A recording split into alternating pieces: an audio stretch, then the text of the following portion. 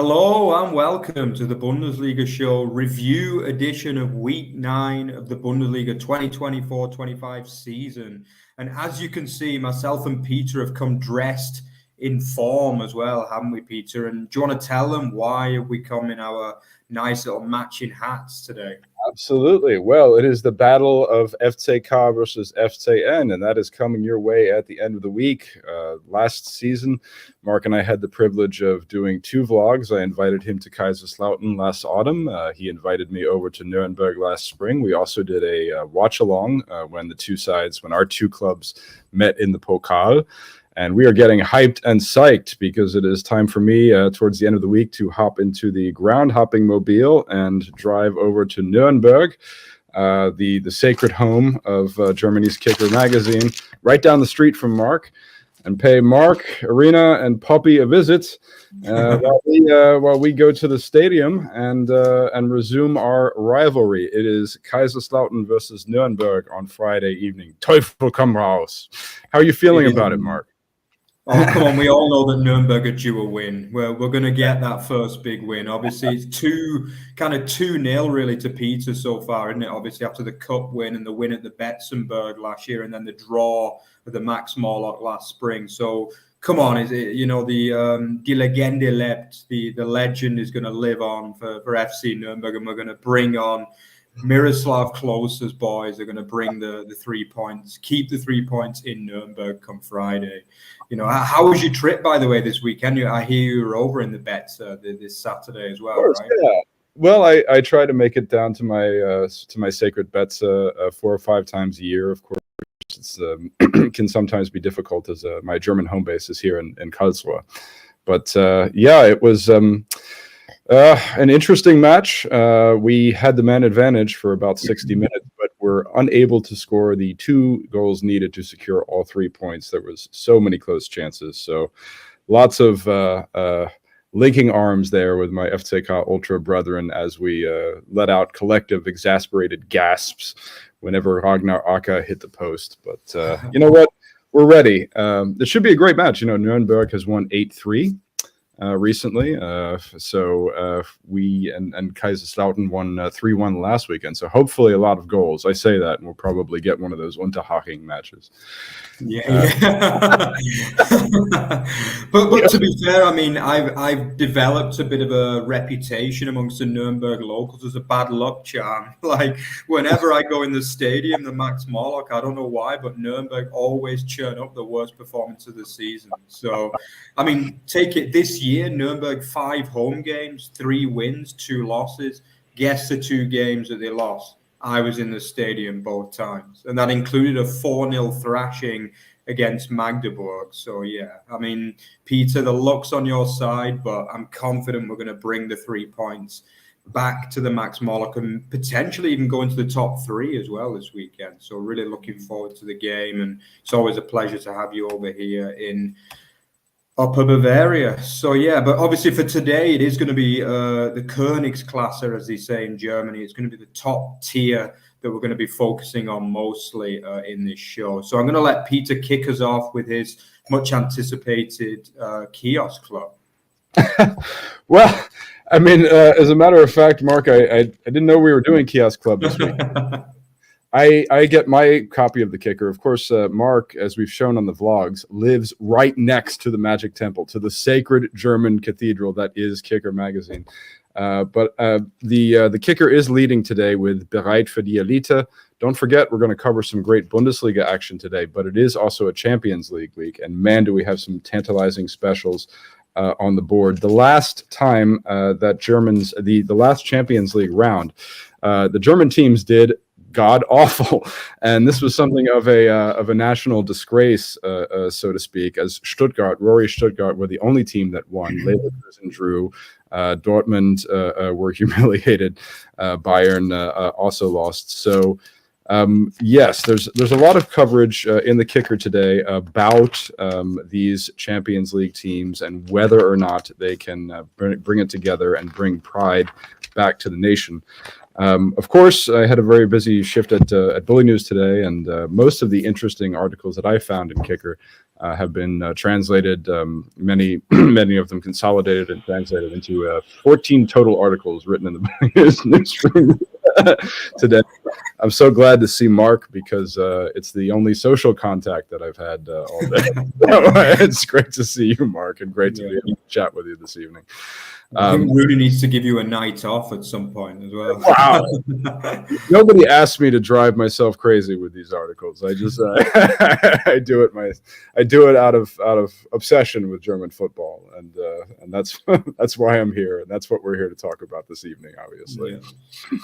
Indeed. So tonight we're going to kick off where it really matters as well. We're going to kick off with the top spiel, the big game of the weekend just gone by, and it was. Obviously, going into the game, it was Dortmund who were pretty beleaguered, in truth, under Nuri Sahin. Obviously, a lot of papers, or even over in England, like reporting that he was on his last legs. Obviously, he was backed by the board prior to that game. But to be honest, this game always had the feel of a last chance saloon, really, for Sahin, in my eyes. And as it happened, they delivered by far the best performance of the season as well. In a 2-1 win over Rasenballsport Leipzig. So, yeah, I mean, what can you say about this one? I just felt as though Dortmund were excellent. That was how I felt. I think, obviously, Leipzig did go a goal ahead relatively early on. It was a nice goal, good interplay between Openda and Šeško. Myself and you, Peter, we've been talking about his lack of form, but he finished this really well in this occasion for the 1-0. But really, I mean, Jamie Gittins missed an absolute hatful of chances in this match as well. Like, he could easily have had a hat trick in this one. He'd already missed a couple of good chances by the time that first goal went in. Big credit to Maximilian Bayer, a man who's been basically maligned in this squad, really. They've not been able to find a place for him, but he started over on the right wing and he delivered a goal and an assist and an overall really, really good performance. So, yeah, Peter, first of all, let's focus on Dortmund because, I mean, it was a big performance. Who stood out for you, and is this maybe a turning point for the BVB now? One certainly hopes so, because Nuri Sahin is a sympathetic figure, even though you and I have been hard on him. The sacking of Terzic over the summer was difficult for us to take. But a lot went right in this match. As a matter of fact, the XG statistics had Dortmund clearly winning it by a much larger margin. Alexander Meyer was excellent in goal. You mentioned Maximilian Bayer, who scored his inaugural goal for Borussia Dortmund. Serhou Guirassy scored his 5th goal of the season. It was beginning to look like Guirassy may be falling prey to the Anthony Modeste Nicholas Füllkrug curse and be an underperforming striker who Dortmund brought in at the beginning of the season. For me, the player of the match, the true spark, was absolutely Jamie Gittins, who really interjected an awful lot of pace into this injury-struck side. It's worth noting that Pascal Gross played as a right back, which I've never seen. I did not know that he was capable of doing so. He did so quite well. And probably the big takeaway from this match from a Dortmund perspective has to be Emre Can, who in his talk about somebody who's been getting flack and talk about a sympathetic figure who Germans desperately have been wanting to see succeed for a very, very long time. Can made some vital stops on the line, 3 of them by my count in the second half against the German Red Bulls. And he made his way into Team of the Week honors across pretty much all of the German press sources, including Bully News. And yes, so just a massive, massive match from the captain. Few would have tipped the game to unfold in this way. Because after all, when we were looking at Leipzig last week in their win over Freiburg, that was a pretty goddamn dominant performance. And I think we were all convinced that Leipzig would absolutely be title contenders after that. I'm not sure if this Leipzig loss is terribly good news for German football because it does put Bayern 3 points clear.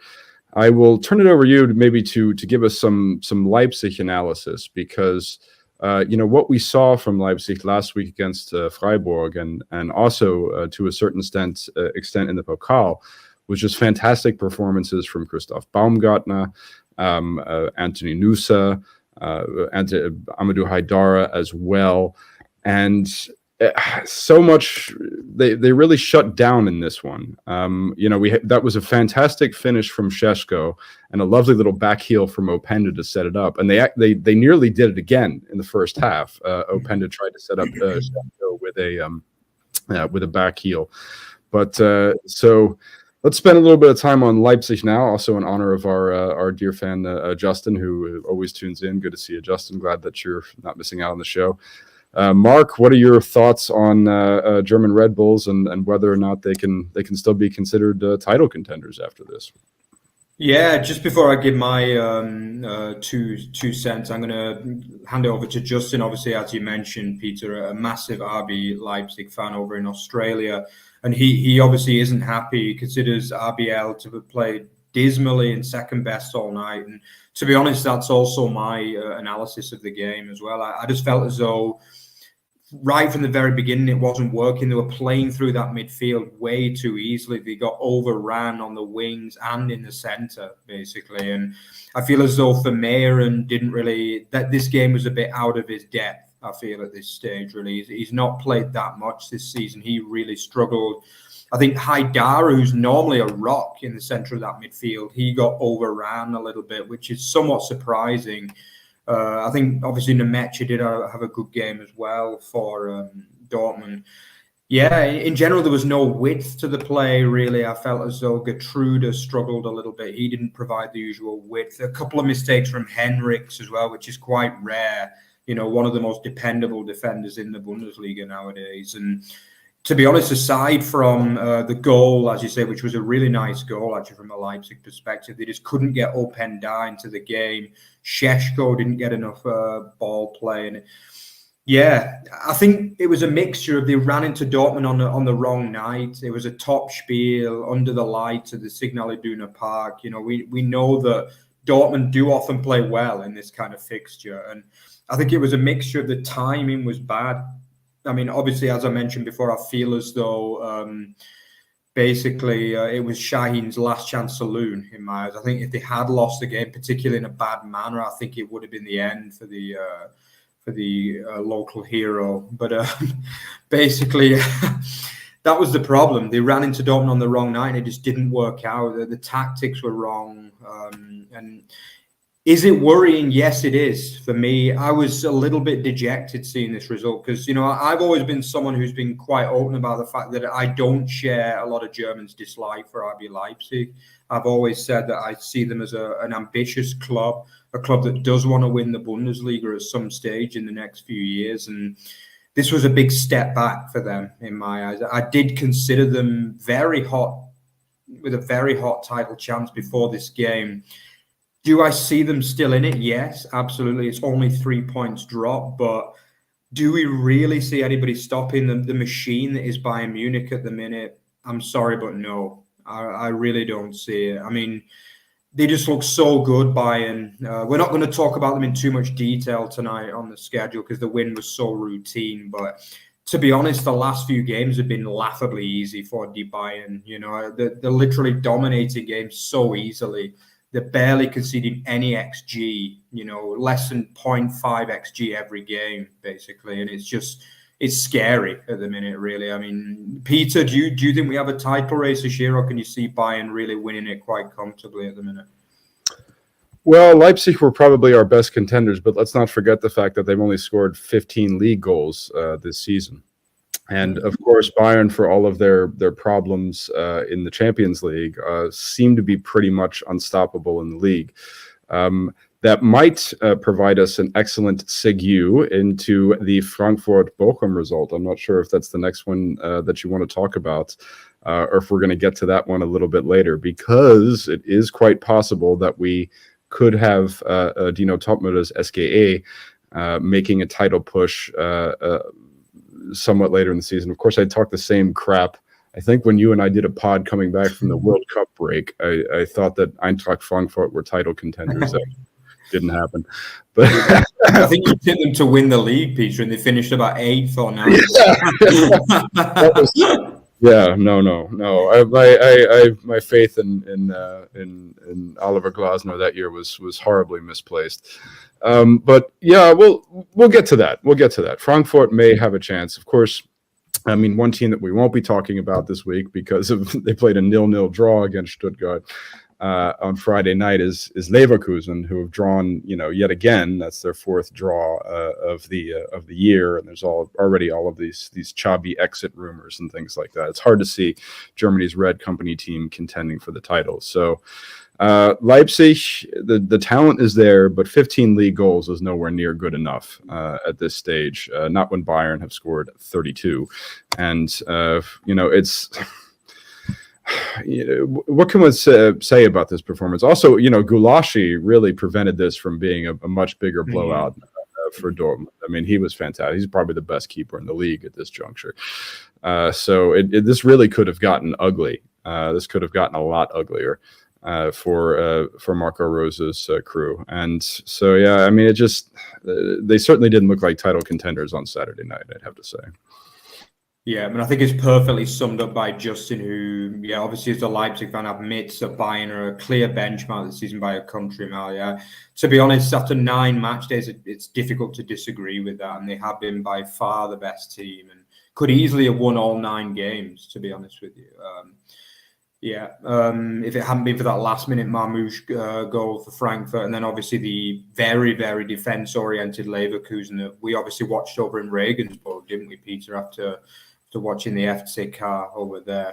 So, yeah, as you mentioned, you did kind of sidetrack us onto that as well. We are going to go on to the high-scoring game of the weekend, and, of course, it was that match in the Germany's financial capital, Frankfurt, who beat beleaguered Bochum. I mean, I've said that a lot this season. It's almost becoming a pun, but it's they are a poor side of Bochum at the minute. And obviously, Feldhof has really made very, very little difference. I mean, Peter, obviously you watched this game quite closely, didn't you, on Saturday afternoon for Bully News. So what do you make of this? And let's start with Frankfurt, because they were good. Some of the attack was really good in this game. Absolutely. There were Topmüller opted for youth here. So Namdi Collins, and this was because of the Rasmus Christensen injury and the Asa Theata suspension. So Namdi Collins got a start at fullback opposite your boy who was playing for Nuremberg last season, although I can claim him a little bit myself as a half American heritage player. Nathaniel Brown also started at fullback. And Jean-Manuel Bahoya got a start on the left wing there, opposite Ansgar Knauf. So I mean, Frankfurt just out of the gate humiliated Bochum in this one. In the first goal, a textbook combination between Ekitike and Marmoush. The second goal was actually from a Marmoush free kick, but that Bochum wall was embarrassing. I don't think I've ever seen a wall that bad in the German top flight in a long time. I don't know, this is what happens when you don't have a head coach and you can't work on set pieces properly during the training week. So you had that, and then before you knew it, Ansgar Knauf had the 3-0. We've only got 20 minutes played. Then Brown and Collins combined in the 32nd for the 4-0, although Ekitike just made a mockery out of the Bochum defensive line. He was too quick for them all. On all of these, you had bad ball losses on the Bochum back line as well, including from one of your favorite players, or two of your favorite players, Maximilian Vitek and Felix Paslak, guys you do not like at all. Then I just got finished about saying how Bochum weren't good on set pieces. They pulled back 2 set piece goals, but I mean, that was just because Frankfurt were basically hardly paying attention at that point. They had already sewn the match up.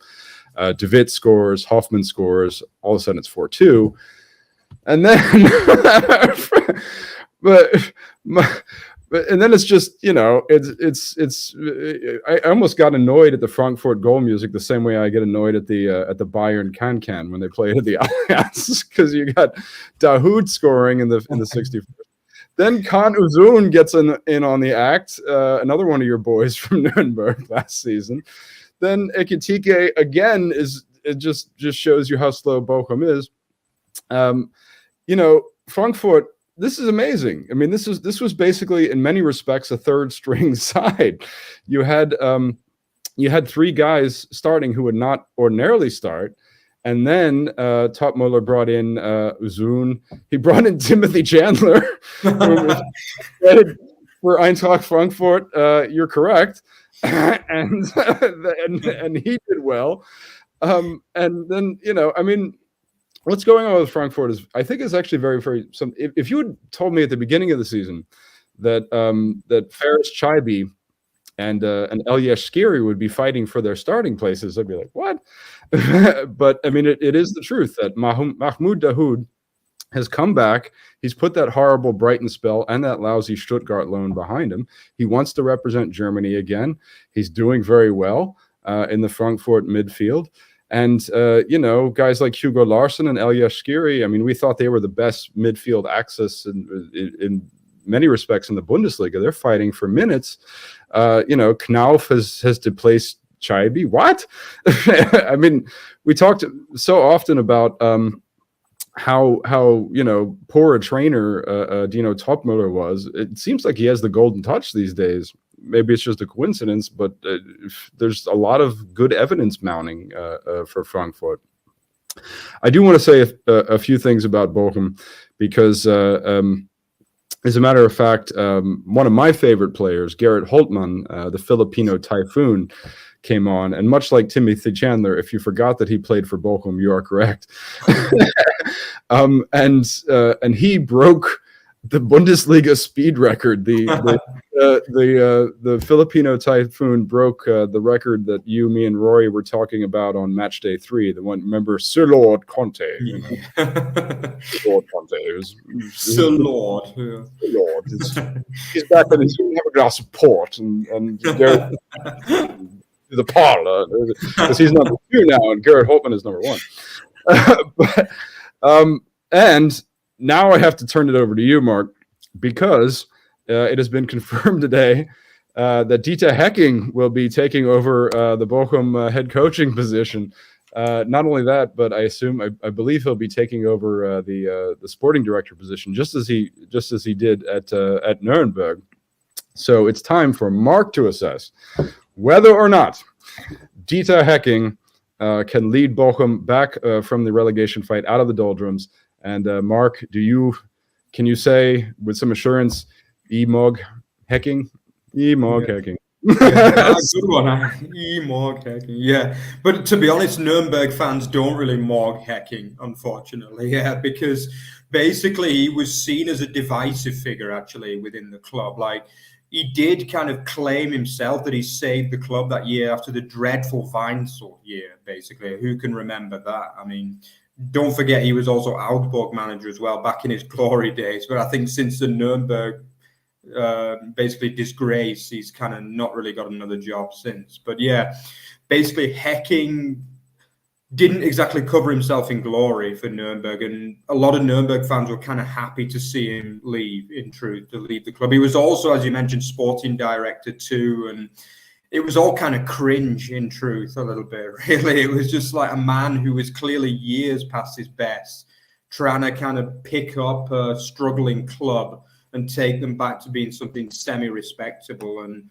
to be honest, he didn't really succeed in that mission. And to be honest, the whole situation at Bochum stinks of being the same, in truth, because this has become a toxic club. The VfL Bochum is one hell of a toxic club right now. I mean, the whole Riemann situation, the way that they fired Lech at the back end of last season, which has turned out to be a disaster, an absolute suicidal decision, basically, in the end. And obviously they've gone through useless coach after useless interim after so-called head coach, basically, since then. I know, Peter, you were a fan of Seidler, but let's be honest, I think you were the only fan. In truth. But I mean, this is a club that has become toxic literally from the inside out, and the fans are not happy. Obviously you saw the Bochum Messi, Gerrit Holtmann, talking to the fans at half time as well, and after being 4-1 down. And my God, this club has gone from being like every Nord Rhine-Westphalen's second favorite club to just being an absolute catastrophe basically right now. And they need relegation. Like relegation is begging them towards them this year. They just need a complete clear out, get rid of all the dead wood in the office and on the pitch basically, because it's not working out for them. From the last third of last season basically to now, it's just been a catastrophe. It really has. I mean, if I could, Mark, I don't think there's any dead wood left to clear. They fired everybody.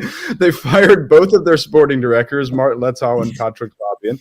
The president resigned. They don't. I don't know what this. I think 2 board members resigned as well.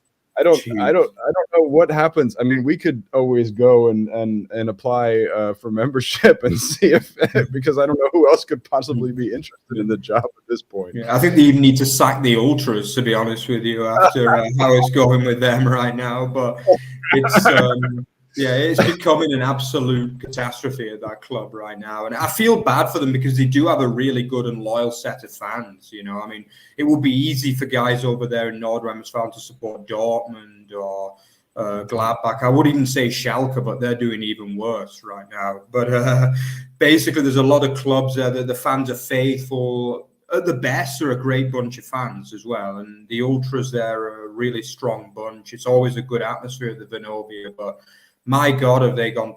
Things have gone toxic, and I do feel sorry for them in truth, because 1 point from 9 games is pitiful, basically, and every performance seems to get worse week in, week out. And their best performance was that 1-0 defeat against Leipzig at the start of the season, and that says everything, really, that your best performance of the season was a loss. So basically, it's frightening, and they are pretty much certainly going to go down for me. Is there any hope, Peter, that Bochum can hold the status as a Bundesliga club, or are they just going to go down with a whimper, do you think?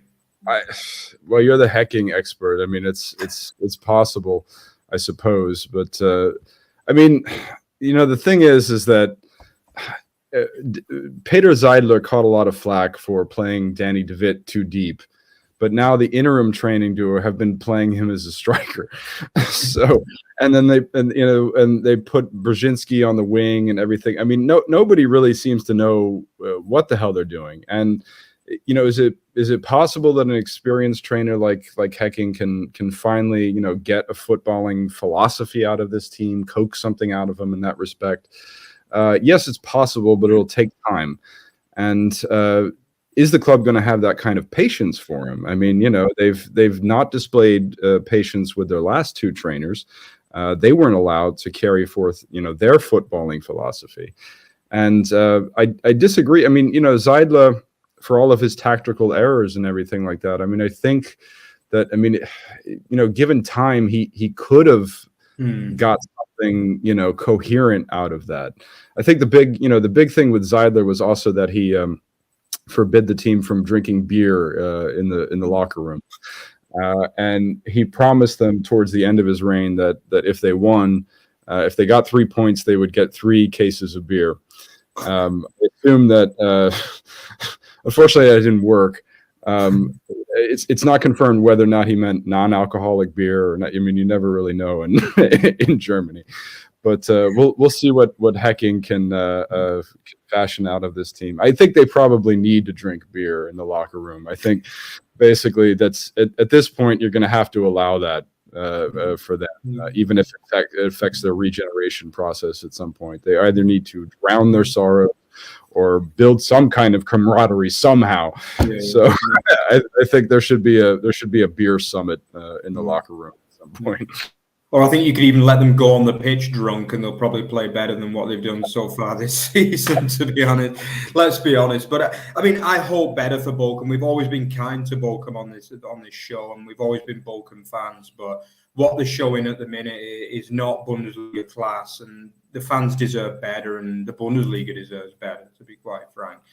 But yeah, I think we'll move on to 2 teams that are showing that they potentially are Bundesliga class as well. 2 promoted sides who both won games this weekend, which was fantastic. So I'm going to put both of the names on the screen together because it was this brought a nice feeling to me on Saturday evening when I saw these two results, because, for Kiel, a team that, particularly me and you, Peter, have kind of said that they're not really Bundesliga class. And even in this game, it wasn't a perfect performance, and they had to ride the luck a lot, really, didn't they? With the Paul Vanner miss, when it looked like he couldn't, two penalties turned down as well, one for handball and one that was given for a shoulder charge.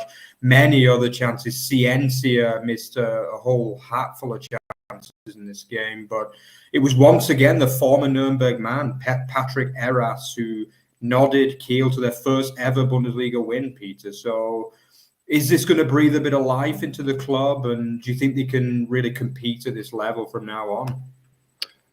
Actually, I've never once said on this pod that I think Kiel have a chance of survival. I probably am not going to go so far as to suggest that they do. But wow, they really shocked me in many ways. We talked a lot on this pod about how Marcel Rapp is throwing together all of these weird tactical constellations and trying to find something that sticks. And what he put together on Saturday afternoon actually was pretty good. You had Pukac, former Lautern guy from last season, who was, him and Timo Becker, the former Schalke player. They were really, really playing as advanced wingbacks in like this 3-3-2-2. It was almost a little bit like Urs Fischer's system that worked for so well at Union Berlin and led to so much overachieving. They have in Gigovic and Remberg, they have a little bit. They have kind of a neat little midfield access. All that was sort of missing from that was the pincer. And it looks like Magnus Knudsen, my favorite. That's such a Norwegian name. Can you think of a more Norwegian name than Magnus Knudsen? But I think both he and Gigovic came to Kiel from Rostock in the off season, and so Knudsen and Gigovic have a little bit of a sort of a rapport in midfield that kind of works. And that brings us to the attack. For Kiel, and there's some really interesting news there. Actually, Kiel have managed. They've been horrible at conceding goals this season. They've conceded something like 14 goals in the first 20 minutes. I forget I think it might even be higher. Maybe 18 goals in the first 30 minutes of matches. I said it on one of the other previous pods. I forget exactly what the statistic is, but they've also scored goals this season. They've scored 11 Bundesliga goals. And the striking core has all sort of made their contributions. Jan Fiat Arp, the former Bayern Academy man, has scored a goal. The Swedish striker Alexander Bernhardsen has. Benedikt Pilcher, the Austrian, has scored a goal. Our man Shuto Machino, Domo Arigato Shuto Machino, has scored 4 goals in the Bundesliga. That's amazing. But who started up front was actually Steven Skripski, the former Dusseldorf and Schalke player, who some may recall, in a double striker set alongside Phil Harris. Now, if you're wondering who in the hell Phil Harris is, you are also correct. They signed him from 4th tier side FC 08 Homburg this past offseason. He scored 26 goals in the German 4th division for this Saarland club. We're going to have to go visit them when you and I go to Saarland for a little Saarland adventure. But I actually think our sponsor, Bundesliga Box, is Rich from there. He actually went to Hamburg, I believe, last season. So, that is another little niche one on our list, Peter. But yeah. Oh, and I'm glad you got a plug in for Rich, of course, obviously, because our Bundesliga, our sponsor and Bundesliga kitman is just like he's an amazing swag guy. So this also comes from him as well. I'm a swag guy myself, so swag guys love and respect other swag guys, and he's a marvelous kitsman. But so this guy's starting now, 22-year-old, playing in the 4th division last season. Now they've trusted him to spearhead the attack. He did not score on Sunday, but he came close. Just wonderful scenes there. This is Holstein Kiel's first ever Bundesliga win ever, since they never played in the top division prior to this season. They were playing Heidenheim, which was the team that never played in the top division until last season. So not a lot of Germans were watching this, but I was watching it and I enjoyed it. And I also really like the scenes with the Kiel ultras. You know, I kind of made fun of them when you and I saw them in Fürth. There were only, like 70 of them or so. I mean, for Christ's sakes, from Kiel down to Fürth, it's a hell of a trek. It's a trek. I was hard on them. I really was. Yeah, I mean that is nice little surprise from Marcel Rapp. I think he might have found something. He found a lot of things component wise. I think that can finally work. Of course, the team that I think has the better chances of staying up, although we never know now that Bochum are where they are, is St. Pauli. And why don't you tell us a little bit about that one, because that was a pretty damn important win against Hoffenheim, was it not?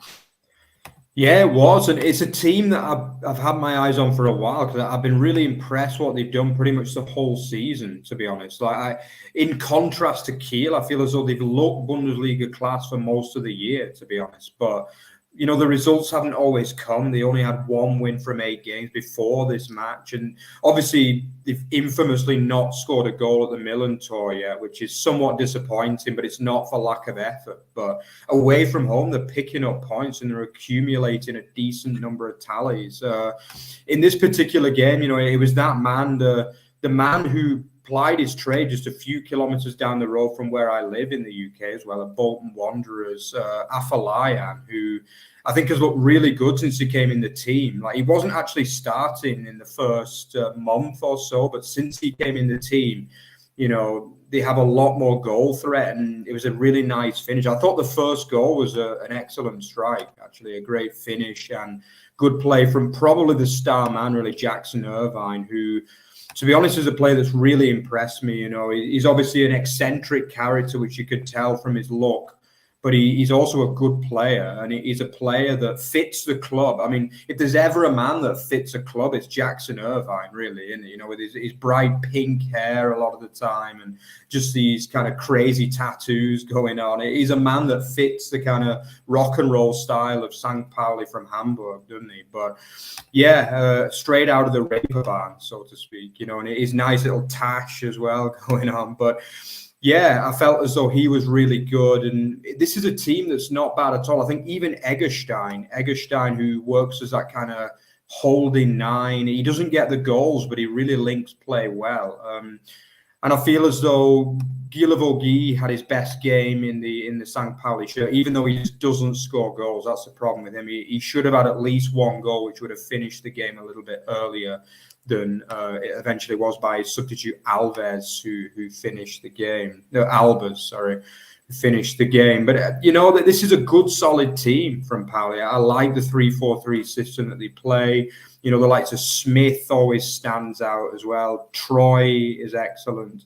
As I mentioned before, Afolayan is a player in Irvine. And it's a team that is worthy of Bundesliga class for me. It's a team that is getting better every week under Alexander Blessing. And it's a team that I can see, once he starts scoring goals at home, they could even push into the mid-table this year, because I don't see them in relegation threat at the moment. With the performances we've seen, I just don't see how they go down. I think there's at least 4 or 5 teams worse than them in the league this year, and things are looking exciting in that part of Hamburg, Peter. And do you agree with me, or am I being a little bit too generous on Pauli in the minute?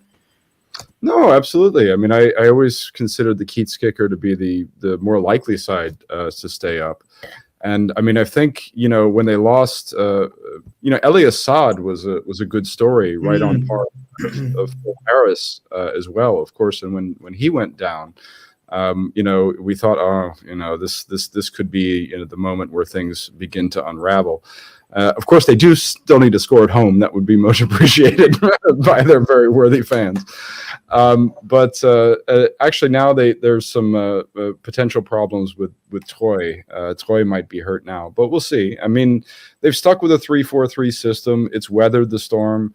Irvine, the Aussie, and St. Pauli captain set up both of those goals. I mean, the counterattack on the second one was just absolutely beautiful. that was beautiful counter. We're going to discuss some more great counters actually when we get to the Gladbach Bremen match, but I think that St. Pauli probably had the best counters on the weekend. And I mean, when you look at the relegation picture now, of course we have Bochum, who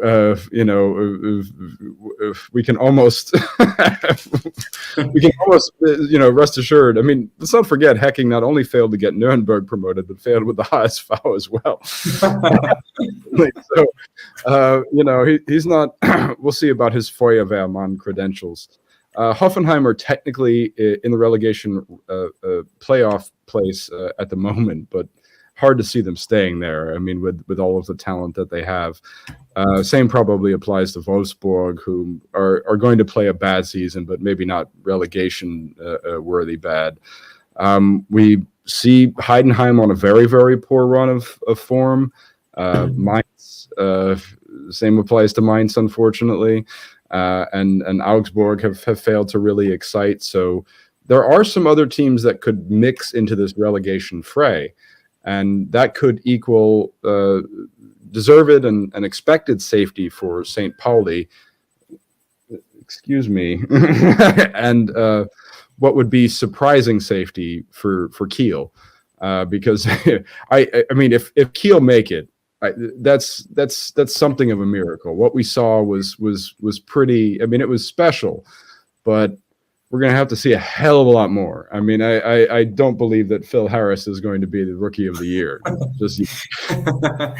Yeah. Phil Harris, straight out of the slums of Saarland to become Kiel's savior in the Bundesliga. But we'll have to see, won't we? Yeah. But it's a great weekend. This is what we want to see. I mean, obviously, it's not been points wise before this weekend. It had been a struggle for both of these teams, but this weekend, clean sheets as well, they are important too. And these are two fighting teams. And as you mentioned, I also, before this weekend, didn't really give Kiel much hope. But if they can replicate that kind of performance against, the bottom half teams, they can pick up wins at home, So maybe, normally Peter always says 35 points, but I think last season it was only 33 was enough, which was low in comparison to normal. But it's still a long way to go. They've still got to get another, basically 28 to 30 points to survive. So it's going to be hard to get that kind of number for Kiel in particular. But I agree that Pauli should be comfortable, but for me, Heidenheim on the other side, I am getting a bit worried about them now. I actually tipped them to go down at the beginning of the season, which got a little bit of criticism because people were like, take a massive drop off, but they lost their entire team pretty much. Their entire striking lineup was ripped away from them. For me, Pieringer is not a Bundesliga standard number 9 in truth. I think Vanner has dropped off a little bit. He's a very young man. He's not going to be able to play at a high level for the whole season. And Cienza has been okay, but he's not quite there at the Bundesliga standard yet, I wouldn't say, at a high level. So for me, they're the team that could potentially drop into that bottom 3 race. I think the likes of Wolfsburg, Mainz, Augsburg, they're very experienced in that part of the Bundesliga. So I think all 3 of them will be okay for me. But anyway, let's have a look at the next game, which was, a nice way to kind of round off the weekend, wasn't it, really? Especially if you're a fan from a certain team on the Dutch border of Germany, Borussia Mönchengladbach. Not many people tipped this one, to be honest. A lot of people had Werder down as the tip of the week, and, their away form was fantastic. They hadn't lost on the road before this one, but I mean, they were completely blown away by an on-song Gladbach side. And, we've talked a lot about Gladbach this season, mostly on a negative point of view, if we're being honest. But this is a good group of players, in truth. This is a group of players who, are probably a top half team at the very least, potentially even pushing European spots on paper. We've not really seen anywhere near enough from them under Gerardo Sioane since he's been at the club. But this was one of the better performances we've seen from them in a good while, Kleindienst continues to impress in this team. Even though he didn't get the goal, I felt as though he was the man of the match in my eyes. I think Plea, who comes very much in and out, doesn't he? He had one of his better days in this game. And Honorat, another player who's on and off a lot of the time, got his goal too. The central midfielder Feigl and Wright looked pretty good too. Peter, do you think they were worthy of the 4-1, or do you think Bremen were a little bit unlucky in this game? Oh no, they were very much worthy of the 4-1. I mean, this, as you mentioned, this was a very, very surprising result. This was not the result that many would have tipped. Bremen, I think, had been on a 3-game winning streak, and also their away form was very, very good. The loss of Marco Gröll should have been easily absorbed by the fact that Justin and Jinma was available, and I really had high expectations out of the Werder attack because Schmid is ordinarily very good, and so is Dux. What we've seen here with Seoane, and I have been so critical of him. I mean, I've gone off on rants on this pod about how he never puts together a footballing philosophy. I think he's made the right moves, the courageous moves, when it comes to building his starting 11 this season. Luca Netz just got off to a terrible start this year, and even though he's such a hot prospect, the Germany U21 international, a lot of coaches would have stuck with him. But Seoane said, no, I'm going to give Lucas Ulrich a chance. Kevin Stöger, we talked on this pod about how amazing, what an amazing start Stöger got off to this season. And how he was almost like the perfect 10, and he and Kleindienst, had just the best interplay. And when Seoane initially benched Stöger in favor of Alassane Plea at the 10 slot, Gladbach fans were screaming, "That's a sackable offense." So, but he had a feeling that Plea, was the better, or is the better option in the 10 slot for certain games. And that certainly proved to be the case in this one. And he has he's got a lot of options on the wing there. You've got Ngumu, you've got Hack, you've got even Kankara or Philippe Sander, the former Kiel captain, who can sort of play out there. But he went with Hack. Honorat had been missing because of injury. And obviously, his return has proven a really big boost to the Fohlen Elf, the good old Elf von Niederrhein. I mean, there's so many cool things about Gladbach, and one of the reasons that I've been so impatient with them over the past 3 seasons is because of all of these seasons of underachieving and just coaches that never seem to be able to get it right with the talent pool that they had. And I was absolutely ready to lump Seoane in that category, and perhaps I still will. I mean, he's got plenty of time to mess things up this season. But Kleindienst, he should have scored a goal. I mean, it was Friedel who knocked the ball into his own net when Kleindienst was hovering over him, and he completed a hat trick of assists. So a huge game from him. Absolutely huge game from him. It was a bad start from Bremen. I mean, they just got off to the worst possible start. Linnen gave the ball away. Zetterer kicked the ball directly into Gladbach's direction at one point. Friedel scored that own goal. Weiser got himself booked early and then eventually thrown off on double yellows. And Jinma was a total flop on his return to the starting 11. The only freaking bright spot was the fact that KK Top scored, which makes almost no logical sense. But I mean, it was, with these two teams, neither one of them, I don't expect either one of them to play a consistent campaign. I think that both of these teams are going to be sort of up and down, and that's based on maybe my observations.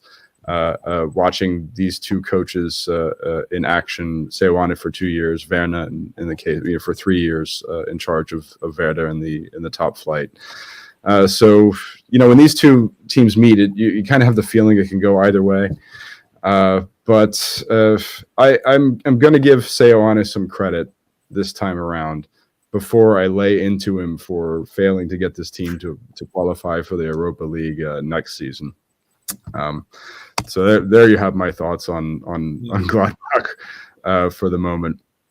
And Yeah, I guess I mean, it is tough to kind of say where they're going to go this season, isn't it? Because as you say, both of these teams are so inconsistent, like really so inconsistent, and week to week, you just never really know what you're going to get from either of them. But I mean, I guess both of these teams now will have European ambitions, especially considering that basically half the league gets into Europe nowadays.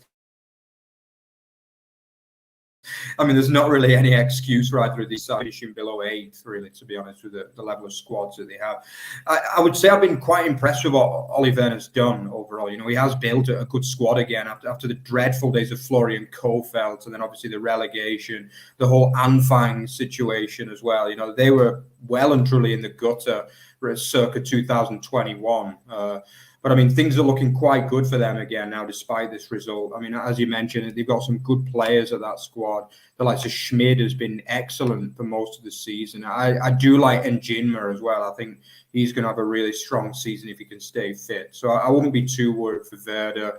As for Gladbach, as you mentioned, it is a top 7 squad, really. And they've got to be pushing for the very minimum Conference League. But really, Europa League, that's where a club like that belongs, you know, a club of history, club of quality. And as you mentioned, the bench is really strong too. Like the likes of Sander doesn't really get played, basically. Like he almost never plays. He was seen as a marquee signing in summer as well.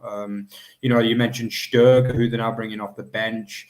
You know, I wouldn't imagine it'll be long before he comes back in, because Player is truly one of the most in and out players I can ever remember seeing in any football team, because he has 3 or 4 worldy games and then he basically doesn't show up for the next 7 or 8. Like that's just the kind of player that he is. So I don't think it'll be long before we see Sturger back on that starting lineup, and we'll all be glad to see him back as well.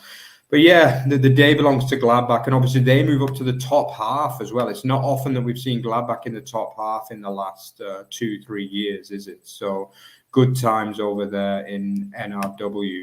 So yeah, let's just quickly run through the other games. I mean, obviously there was a 0-0 between Leverkusen and Stuttgart.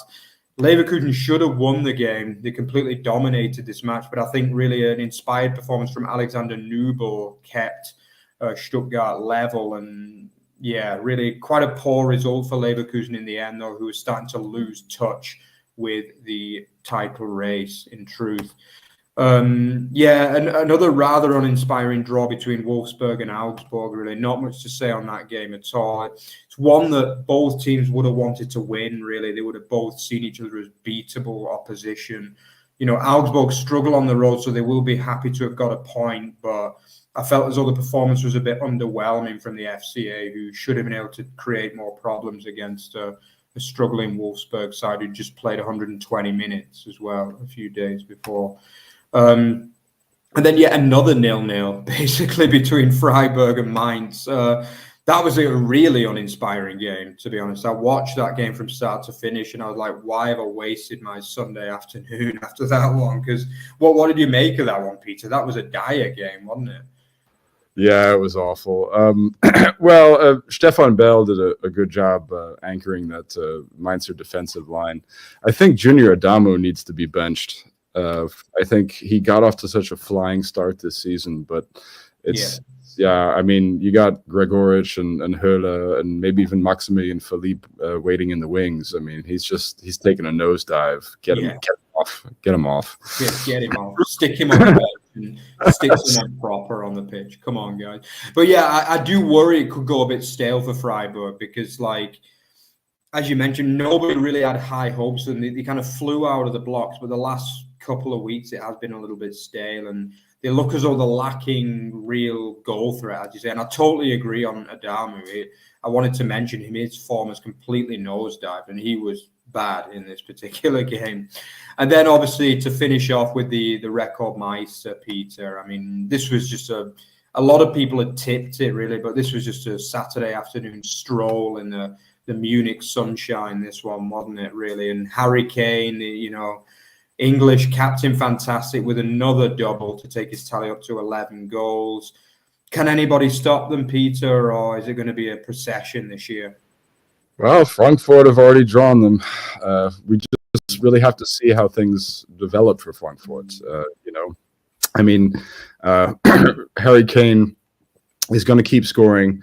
Eintracht can hope to dance the Marmushka, and we'll see. I mean, it might be an interesting race for the Tor Kanona, the golden cannon between Kane and Marmoush this season. That might be something of interest. But it's, I mean, Olise. Some people say Olise. I'm still going to call him Olise until, I mean, he's got to make up his mind whether it's Olise or Olise. He is so unstoppable to the point that Bo Svensson benched Tom Rota. So he threw Diego Leite up there at the left wing back to try and stop Olise. You cannot stop him. He is too damn good. Yeah. I mean, that is really, he's going to be the MVP of the league this year. And if he stays healthy, even if he doesn't stay healthy, they got freaking Leroy Sané and Kingsley Coman off the bench. It's hard to see Bayern. Yeah, that's not the best news for German football. But you know what? That's why the second division is so awesome. And I mean, the second division this year, it's always been an open league, but this year it's on a whole different level, basically. I think pretty much out of 18 teams, 15 could get promoted. Maybe not 15, but 13, I would say, could realistically get promoted. So even Florian Kohfeldt is bringing out results from Darmstadt in that league. So truly anything is possible if that's happening. But yeah, I think I totally agree with you, Peter. I mean, I think it'd take an injury crisis basically for them to fall off because there's too many on-form players and the system is just working ridiculously well. I mean, aside from Neuer, who basically isn't being tested really in half the game. So, even though he has a poor shot to save ratio, but it's not really affecting him because he just doesn't have to make any saves in most of the games. So, and even Kim has been a little bit better the last couple of games. So things are looking too good. We've got a nice question in as well from Left Footed. Are you two planning any more trips to watch any German matches anytime soon? Go on, Peter. I'll let you answer that one. Well, if you tuned into the beginning of the show, Mark and I'm headed over with the ground hopping mobile to Nuremberg over the weekend, so that Mark and I can continue our Derby vlog series. We did both matches last season in the Zweite Bundesliga in Kaiserslautern and in Nuremberg, and we also did a watch along for the Pokal fixture. But we'll be continuing that rivalry, and also there is Mr. Planet Hopper here has to go over the States briefly, but we remain committed to doing what we're calling a little bit of a fan appreciation tour. We actually had the first one lined up for one of our oldest fans, our biggest fans, one of our mega fans. And unfortunately, the match was canceled, but we're going back. Don't want to, no spoiler alert here. But for our loyal fans who have been with us for these past few years, who check in the comment section, who smash us a like on social media, who buy excellent swag from our sponsor Bundesliga boxes and whatnot, we want to show them our appreciation, and we want to go to some of their matches. So we are committed, and it is planned out to do a little bit of a fan appreciation tour for some of our loyal supporters before the calendar year is out. By the way, let us know if you want us to go anywhere, let us know and we'll sort it out for you. Justin, if you want us to get over to the Red Bull Arena, then we can do it for you. Yeah, if you want to see the live match day over there, and Left Footed as well, and anyone watching, then, we've got a whole season ahead of us. And just tell us anywhere and we might possibly turn up there one day. So, yeah. Anyway, guys, thanks for joining us there. Just a little bit of just to finish off. Yeah, remember we've already mentioned them a couple of times, but we are sponsored by Bundesliga boxes. Rich's fantastic work over there in the UK, and also Runa's fantastic bully news as well. So check them out and keep supporting our sponsors too. Don't forget to like, comment, and subscribe, because we are slowly growing, but we want to develop a great community of Bundesliga fans over here who are all passionate about the same thing. So keep liking and subscribing to our work. Don't forget we're also on Instagram as well, and you will see pictures from Friday as well on there from mine and Peter's latest edition of our rivalry of FC Nuremberg and FC Kaiserslautern. So thank you very much, guys. It was an absolute pleasure again, and we will see you again on Thursday for the prediction show. Servus, guys. Bye bye.